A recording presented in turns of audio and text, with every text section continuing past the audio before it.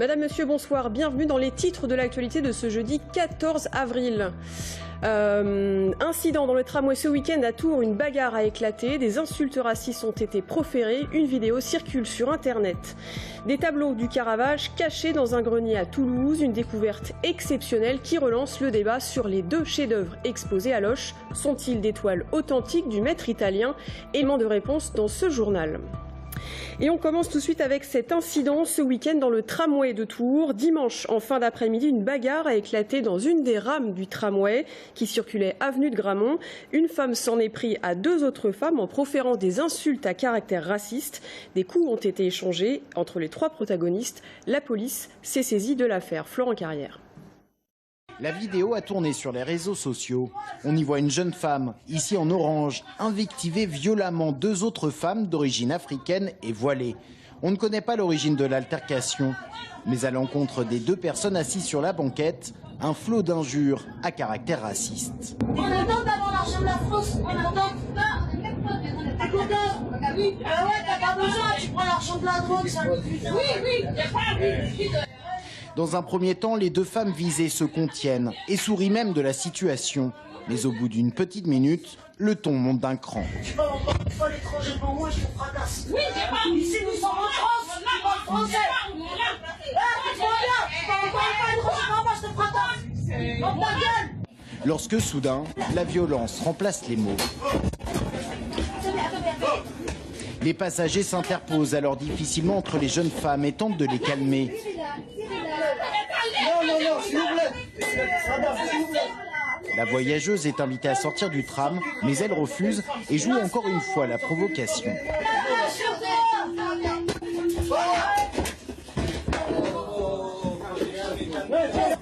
Fin des violences, restent de nouvelles insultes racistes.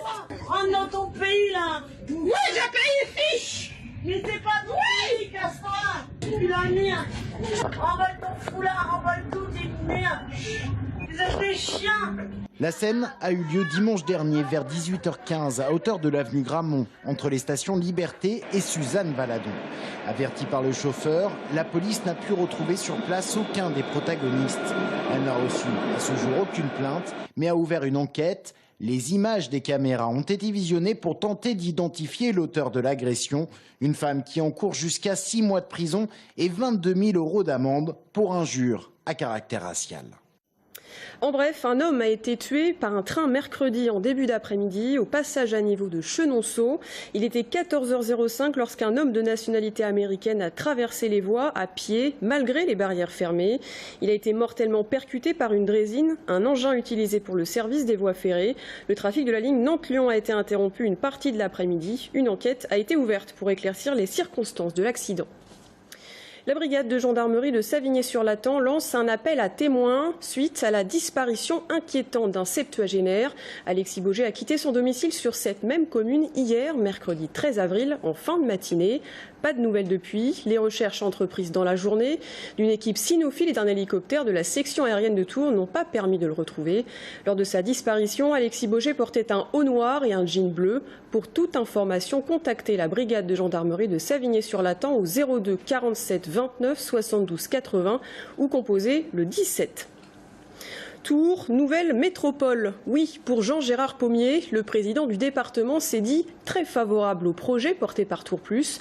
Le nouveau patron de la Touraine, qui fait actuellement le tour des 19 cantons pour défendre la ruralité, a déclaré que la métropole de Tours serait une opportunité, une force supplémentaire. Avec la métropole, a-t-il déclaré, on passe à une autre page, qu'il faut vivre comme une chance. N'oublions pas que Tours est la porte de l'Ouest. Vous l'avez peut-être déjà reçu dans votre boîte aux lettres, la déclaration d'impôt. Eh bien, sachez que si vous êtes un adepte du formulaire papier, la date butoir est fixée jusqu'au 18 mai. En revanche, si vous préférez la remplir en ligne, un délai supplémentaire vous est accordé jusqu'au 31 mai. Attention, à partir de 2019, la déclaration de revenus par Internet deviendra obligatoire pour tous les contribuables, quel que soit leur revenu. Sabrina Mellout. 335 000, c'est le nombre de foyers fiscaux en Indre-et-Loire appelés à déclarer leur revenu 2015. Cette année, avec la nouvelle des cotes, 45% d'entre eux devraient être en principe imposables, soit 1% de moins par rapport à l'an dernier. En 2015, un peu plus de 28% ont bénéficié d'une restitution d'impôts, pour un montant total de 39,5 millions d'euros. Alors le département est-il plutôt riche ou plutôt pauvre ? On a un tout petit peu plus d'imposables que dans le reste du territoire, puisque nous avons 46% de nos foyers fiscaux en Indre-et-Loire qui sont imposés, alors qu'au niveau national, c'est 45%. Donc nous nous écartons un tout petit peu de la moyenne nationale de manière positive. Une nouveauté concerne cette année 56 500 foyers fiscaux dans le département. L'obligation pour ces contribuables dont le revenu fiscal de référence de l'année 2014 est supérieur à 40 000 euros de souscrire leur déclaration de revenus par voie électronique. La déclaration en ligne sera d'ailleurs obligatoire pour tous en 2019. Dans le département, nous avons 40% de contribuables qui déclarent en ligne. Avec une progression assez significative ces dernières années. Et en particulier dans l'agglomération de Tours, nous dépassons largement les 40%. La tranche des retraités, à partir de 60 ans, constitue 20% de nos déclarants en ligne. L'Indre-et-Loire reste un département civique. Moins d'1% omettent de déposer leur déclaration. L'année dernière, l'impôt sur le revenu a rapporté 509,5 millions d'euros à l'État. Il réclame toujours le retrait du projet de loi travail en dépit des concessions faites du gouvernement. Étudiants, lycéens et salariés se sont rassemblés ce midi pour un pique-nique géant, place Jean Jaurès à Tours. Une mobilisation qui, vous le voyez sur ces images, est tout de même très nettement en baisse. Seule une trentaine de personnes ont participé à ce barbecue contestataire. Mais depuis quelques jours maintenant, c'est le mouvement Nuit debout qui a fait son apparition à Tours. Ce soir, 2 rendez-vous, un à Chinon, place de la mairie. Il a commencé depuis 18h et un autre, place Anatole France à Tours. Je vous le disais en titre, cette découverte à Toulouse de 2 tableaux du Caravage cachés dans le grenier d'une maison. Incroyable quand on sait que ce peintre italien du XVIe siècle n'a laissé derrière lui que 64 travaux. 2 d'entre eux se trouveraient d'ailleurs à Loches dans l'église Saint-Antoine. Mais la découverte de Toulouse réveille bien des questions, car si les 2 tableaux de Loches ont en effet été classés définitivement monuments historiques en 2004, peu d'experts, jugés sérieux, ont pris la peine de se déplacer pour confirmer leur authenticité.